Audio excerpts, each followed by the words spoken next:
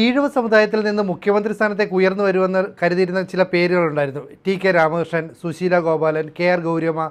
പക്ഷേ അവരൊന്നും ആയില്ല. പിന്നീട് വി.എസ്. അച്യുതാനന്ദനായി, അതുപോലെ തന്നെ മുമ്പ് ആർ. ശങ്കറായി. ഇതൊക്കെ കഴിഞ്ഞാൽ പിന്നീട് ഈഴവ സമുദായത്തിന് വലിയ പ്രാധാന്യമില്ലെന്ന് പറയപ്പെടുന്നുണ്ട്. അതുകൊണ്ട് തന്നെ അടുത്ത മുഖ്യമന്ത്രിയെ SNDP യോഗം സംസ്ഥാന ജനറൽ സെക്രട്ടറി വെള്ളാപ്പള്ളി നടേശനായിരിക്കും തീരുമാനിക്കുക എന്ന് പറഞ്ഞു കേൾക്കുന്നു. എന്തെങ്കിലും വാസ്തവമുണ്ടോ? അതെ. ഇതിൻ്റെ ഒരു പശ്ചാത്തലം എന്താണെന്ന് ചോദിച്ചാൽ, കഴിഞ്ഞ ദിവസം SNDP union general secretary Vellappally Natesan Govindan മാസ്റ്റർക്കൊരു സന്ദേശം നൽകിയതാണ്. അതായത് ഈഴവ സമുദായം പാർട്ടിക്ക് ഒരുപാട് സഹായം ചെയ്തിട്ടുള്ള സമുദായമാണ്. അതിന് വേണ്ടത്ര പ്രാതിനിധ്യം ലഭിച്ചിട്ടില്ല. അധികാരം അത്ര മോശമായ കാര്യമല്ല. അധികാരമാണ് പ്രധാനം. അത് ഈഴവ മെമ്മോറിയൽ തൊട്ട് ഈഴവ സമുദായം അതിൽ ഊന്നി പ്രവർത്തിക്കുകയാണ് ചെയ്തിട്ടുള്ളത്. കഴിഞ്ഞ പാർലമെൻറ്റ് തിരഞ്ഞെടുപ്പിൻ്റെ പശ്ചാത്തലത്തിലാണ് വെള്ളാപ്പള്ളി ഗോവിന്ദൻ മാസ്റ്ററെ ഉപദേശിക്കാൻ ഇറങ്ങിപ്പുറപ്പെട്ടത്. അദ്ദേഹം വളരെയധികം കാര്യവിവരമുള്ള ഒരു വ്യക്തിയാണ്. അനുഭവജ്ഞാനമുണ്ട്. അനുഭവജ്ഞാനമുള്ളവർ പറയുന്നത് കേൾക്കണം.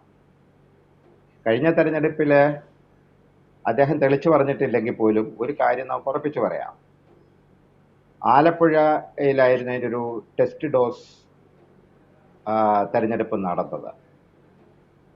KC വേണുഗോപാലിന് പകരം ആലപ്പുഴയിൽ ഷാനിമോൾ ഉസ്മാനോ ഷുക്കൂറോ ആണ് മത്സരിച്ചിരുന്നെങ്കിൽ CPM-ൻ്റെ അവസ്ഥ വളരെ പരിതാപകരമായെന്നെ. കാരണം KC വേണുഗോപാലിനോട് ഒരു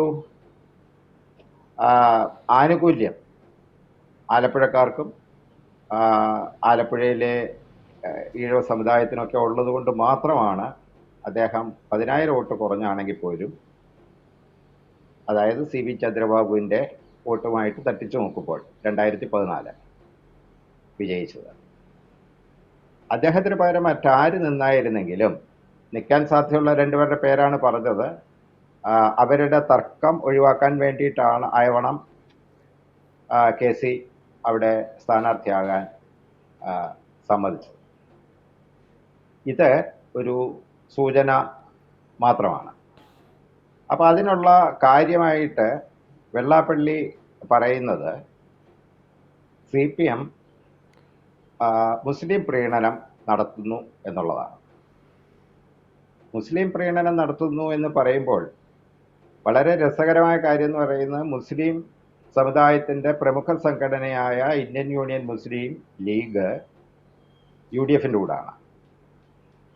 പിന്നീടുള്ളതെന്ന് പറയുന്നത് മദനിയുടെ PDP പാർട്ടിയും അത് തകർന്നു കഴിഞ്ഞപ്പോൾ ഉണ്ടായ പലവിധ മുസ്ലിം സംഘടനകളും കൂടെ ചേർന്നുള്ള ഒരു ചെറിയ ഫ്രാക്ഷൻ ഉണ്ട്. ആ ഫ്രാക്ഷൻ CPM-ൻ്റെ കൂടാണ്, അല്ലെങ്കിൽ CPM-നെ ആവേശിച്ചിരിക്കുകയാണ് എന്നൊരു തത്വത്തിൽ നിന്നാണ് വെള്ളാപ്പള്ളി അക്കാര്യം സൂചിപ്പിച്ചത്. അങ്ങനെയല്ല സാർ, അതിനകത്ത് വേറൊരു കാര്യമുണ്ട്. നമുക്കറിയാം, മുസ്ലിം ലീഗിൽ സമസ്തയിൽപ്പെട്ട കുറേ ആളുകൾ മുഴുവൻ ലീഗിനെ സപ്പോർട്ട് ചെയ്തില്ല. അതിൽ കുറേ ആളുകളെ കൃത്യമായിട്ട് CPM-ൻ്റെ അടുത്തേക്ക് കൊണ്ടുവരാൻ പിണറായി വിജയന് സാധിച്ചു. അതായത് നേരത്തെ സമസ്തയ്ക്ക് എന്തെങ്കിലും ഒരു വിഷയമുണ്ടായാൽ അത് മുസ്ലിം ലീഗ് വഴി സർക്കാരിലേക്ക് എത്തുന്നു. പക്ഷേ ഇത്തവണ പിണറായി വിജയൻ പറഞ്ഞു, സമസ്തയ്ക്ക് എന്തെങ്കിലും പ്രശ്നമുണ്ടെങ്കിൽ നിങ്ങൾ നേരിട്ട് വാ, നമുക്ക് സംസാരിക്കാം. അതുപോലെ AP കാന്തപുരം വിഭാഗം അവർ നേരിട്ട് വാ, സംസാരിക്കാം. അതുപോലെ തന്നെ ജമാഅത്ത് ഇസ്ലാമി, അങ്ങനെ മലബാർ മേഖലയിലുള്ള കൃത്യമായ മുസ്ലിം മേഖലയിലേക്ക് കടന്നു കയറാൻ പിണറായി വിജയൻ ശ്രമിച്ചു. അത് അദ്ദേഹത്തിനൊരു ബുദ്ധി തന്നെയാണ്. പക്ഷേ അത് വോട്ടാക്കി മാറ്റാൻ അവർക്ക് സാധിച്ചില്ല. അതുകൊണ്ടാണ് വെള്ളാപ്പള്ളി നടേശൻ ഇത്തരത്തിൽ കൃത്യമായ ആരോപണം ഉന്നയിക്കുന്നത്. മുസ്ലിം സമുദായത്തിൻ്റെ ഘടനയും മുസ്ലിം ലീഗിൻ്റെ പ്രവർത്തനവും അടിസ്ഥാനമാക്കിയിരിക്കുന്നത് അവിടുത്തെ അവർ കൂടുതൽ വ്യാപാര വ്യവസായങ്ങൾ ചെയ്യുന്ന ആളുകളാണ്. അധികാരമില്ലാത്തടത്ത് 10 വർഷമായി, ഇപ്പം 10ാമത്തെ വർഷത്തിലേക്കാണ് മുസ്ലിം ലീഗ് അല്ലെങ്കിൽ ഈ പാർട്ടി മുസ്ലിം ലീഗ് അധികാരത്തിന് പുറത്തായിട്ട്, അധികാരം ഉണ്ടെങ്കിൽ മാത്രമേ എന്തെങ്കിലും കാര്യങ്ങൾ നിർവഹിക്കാൻ പറ്റുകയുള്ളൂ. അപ്പോൾ സ്വാഭാവികമായിട്ട് മുഖ്യമന്ത്രി പിണറായി വിജയൻ ഇട്ടുകൊടുത്ത ചൂണ്ടയിൽ സമസ്തക്കാരുടെ ഒരു വിഭാഗം കൊത്തിയെങ്കിൽ അതിൻ്റെ അകത്ത് ന്യായക്കേടൊന്നുമില്ല. അത് അവർക്ക് അവരുടെ ജീവൻ മരണ പ്രശ്നത്തിന്റെ പോരാട്ടത്തിന്റെ ഭാഗമായിട്ട് CPM എങ്കിൽ CPM അതിൻ്റെ കൂടെ നിൽക്കുക എന്നുള്ളതാണ്. വെള്ളാപ്പള്ളിയുടെ കണ്ടൻഷൻ അല്ലെങ്കിൽ വെള്ളാപ്പള്ളി സൂചിപ്പിക്കുന്ന മേഖല അതല്ല. ഈഴവർ തീയർ എന്ന് പറഞ്ഞിപ്പം അങ്ങനെ ഒരു രണ്ട് വിഭാഗമായിട്ട്, അതായത് മലബാർ മേഖലയിലെ തീയരും തിരുവിതാംകൂർ തിരുക്കൊച്ചി മേഖലകളിലെ ഈഴവരും ആയിട്ട് ഉള്ള ഒരു അതിനെ വേർതിരിച്ച് കണ്ടിട്ട് അതിൽ ഈഴവരുടെ വിഷയമാണ് വെള്ളാപ്പള്ളി ഇപ്പോൾ എടുത്തിട്ടിരിക്കുന്നത്. അത് നേരത്തെ പറഞ്ഞ പോലെ, സമസ്തയുടെ കാര്യത്തിൽ പറഞ്ഞതുപോലെ ഈഴവരുടെ കാര്യത്തിൽ അങ്ങനെ ഒരു സ്വാധീനം നടത്താൻ തങ്ങൾക്ക് കഴിയും. ഇതിന് ഒരുപാട് ചരിത്രപരമായ പശ്ചാത്തലമുണ്ട്. അതായത് MV ഗോവിന്ദൻ പറഞ്ഞത് SNDP യോഗത്തെയും അതുപോലെ തന്നെ ഈഴവ സമുദായത്തെയും കൃത്യമായി തന്നെ BJP പാളയത്തിലേക്ക് എത്തിക്കുന്നു. CPMൻ്റെ അടിസ്ഥാന വോട്ടായിരുന്നു എല്ലാ കാലത്തും ഈഴവ വോട്ടുകൾ. അപ്പോൾ ആ ഈഴവ വോട്ടുകളെ തിരിച്ചു പിടിക്കണം, അതിനു വേണ്ടിയിട്ടുള്ള ശ്രമം നടത്തണം എന്നാണ് MV ഗോവിന്ദൻ പറയുന്നത്. അതിനോട് മുഖ്യമന്ത്രിയായിരുന്ന പിണറായി വിജയനും യോജിക്കുന്നുണ്ട്. പക്ഷേ വെള്ളാപ്പള്ളി നടേശൻ കൃത്യമായി മറുപടി നൽകി.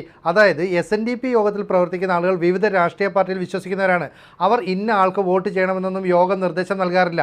അതുകൊണ്ട് തന്നെ CPM നേതാക്കൾ ഈ പറയുന്നതിൽ യാതൊരു കാര്യവുമില്ല, വാസ്തവവുമില്ല എന്നാണ് പറയുന്നത്. CPM general secretary, state secretary പറഞ്ഞതിൻ്റെ അകത്ത് അതൊരു മുഖം മറയ്ക്കൽ അല്ലെങ്കിൽ മുഖം രക്ഷിക്കൽ പ്രസ്താവന മാത്രമായിട്ടേ കാണാൻ പറ്റുകയുള്ളൂ. കാരണം വെള്ളാപ്പള്ളി അങ്ങനെയല്ല പറഞ്ഞിരിക്കുന്ന. MV ഗോവിന്ദൻ ഇന്റർപ്രറ്റ് ചെയ്തതുപോലെ അല്ല പറഞ്ഞിരിക്കുന്നത്. വെള്ളാപ്പള്ളി പറഞ്ഞ കാര്യം, ഈഴവ സമുദായം എന്നും CPMൻ്റെ കൂടെയാണ് നിന്നിരുന്നത്. അവർക്ക് ഇപ്പോൾ ക്ഷതം സംഭവിച്ചിട്ടുണ്ട്, പാർട്ടിയിൽ നിന്നും ക്ഷതം സംഭവിച്ചിട്ടുണ്ട്. കാരണം അതിനുള്ള കാരണം അവർ പറയുന്നത് മുസ്ലിം പ്രീണനമാണ്. അത് മാറ്റിയാൽ CPMന് വീണ്ടും വിജയിക്കാൻ 2026 വിജയിക്കാനാകുമെന്ന് തന്നെയാണ് പറഞ്ഞിരിക്കുന്നത്. BJPയുടെ കൂടെ പോകുന്ന പ്രശ്നം ഈഴവ സമുദായത്തിനില്ല, പ്രൊവൈഡഡ് ഈ പറയുന്ന പ്രീണനം അവസാനിപ്പിക്കുകയാണെങ്കിൽ BJPയുടെ കൂടെ പോകുന്ന, അതായത് അതിലെ യോഗത്തിലെ സമുദായത്തിലെ അംഗങ്ങളെ അങ്ങനെ തടഞ്ഞു നിർത്താൻ പറ്റില്ല, അതെല്ലാവർക്കും അറിയാവുന്ന വസ്തുതയാണ്. BJPയിലേക്ക് യോഗം, SNDP യോഗം പോകുന്ന വിഷയമേ ഇല്ല. ഇതിന് വളരെ വളരെ പ്രസക്തമായ കാരണങ്ങളുണ്ട്.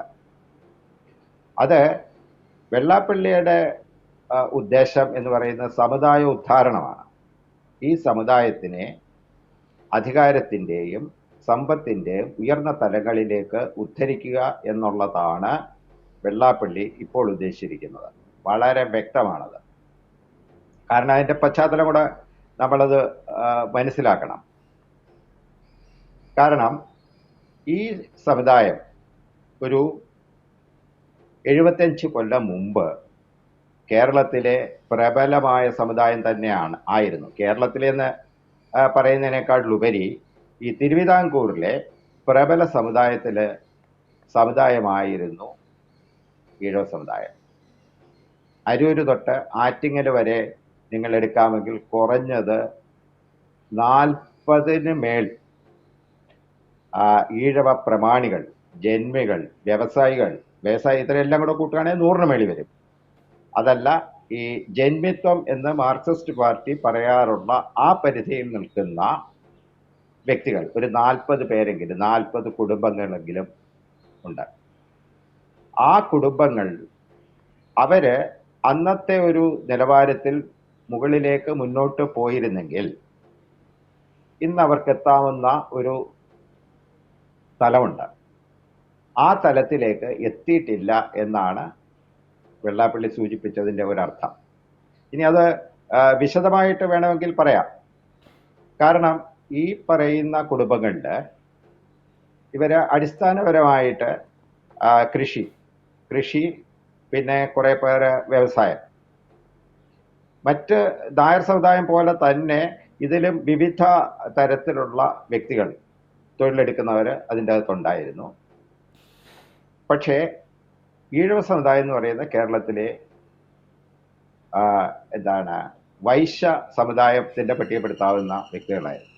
അവരുടെ പ്രമുഖമായ കൃഷി എന്ന് പറയുന്നത് തെങ്ങാണ്. തെങ്ങിൽ നിന്ന് തെങ്ങിൻ്റെ ഉൽപ്പന്നങ്ങളുടെ മൂല്യവർദ്ധിത വ്യവസായങ്ങൾ അവർ ചെയ്തു.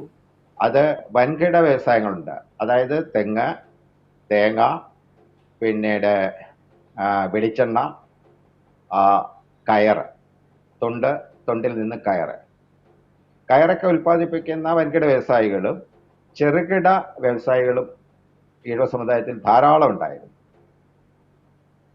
മാർക്സിസ്റ്റ് പാർട്ടിക്ക് വേണ്ടിയിട്ട് പിന്തുണ കൊടുത്തു കഴിഞ്ഞപ്പോൾ ഇതിന് ഈ വിഭാഗം സമുദായാംഗങ്ങൾ മാർക്സിസ്റ്റ് പാർട്ടി അല്ലെങ്കിൽ കമ്മ്യൂണിസ്റ്റ് പാർട്ടി കേരളത്തിൽ മുന്നോട്ട് വെച്ച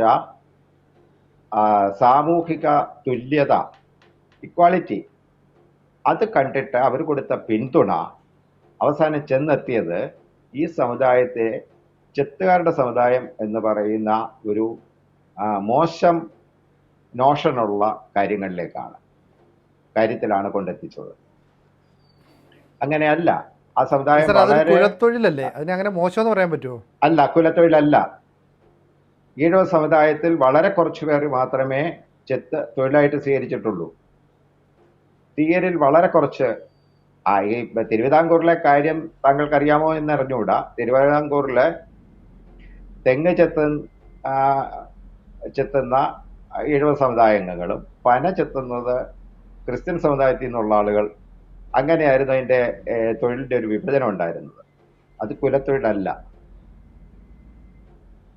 കുലത്തൊഴിൽ അവർക്ക് അങ്ങനെ കേരളത്തിൽ നമ്മൾ കാലങ്ങളായി കേട്ടിരുന്നത് ഈഴവ വിഭാഗത്തിന്റെ കേട്ടിരുന്നെന്ന് പറഞ്ഞാൽ ആ നറേഷൻ അവരുടെ ഈഴവ സമുദായത്തിന്റെ തലയിൽ അടിച്ചേൽപ്പിച്ചത് ഇടതുപക്ഷവും പുരോഗമനവാദികളും മറ്റ് രാഷ്ട്രീയ കക്ഷികളും കൂടെ ചേർന്നാണ്.